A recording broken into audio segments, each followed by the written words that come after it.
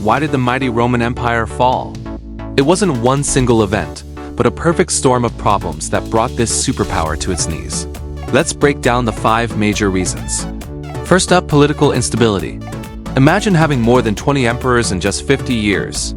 This period, known as the crisis of the 3rd century, was pure chaos.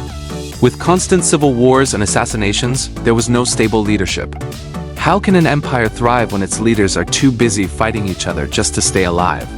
This constant turmoil weakened Rome from the very top.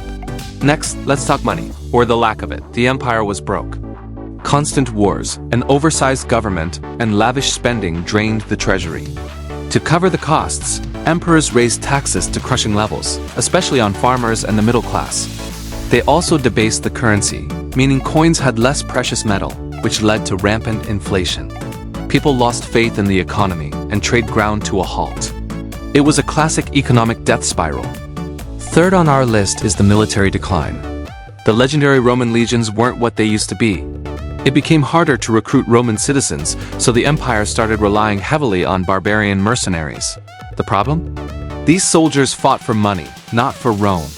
Their loyalty was shaky at best, and sometimes they'd even turn against their employers. A fragile army is a recipe for disaster. Reason number 4. The empire got too big to handle and split in two. In 285 AD, Emperor Diocletian divided the empire into the Western and Eastern Roman empires, just to make it manageable. While the East, later known as the Byzantine Empire, flourished for another 1,000 years, the West struggled. The two halves grew apart, often competing for resources instead of helping each other. This division ultimately left the West isolated and vulnerable. Finally, the famous barbarian invasions. For centuries, Rome had been pushing back Germanic tribes and other groups.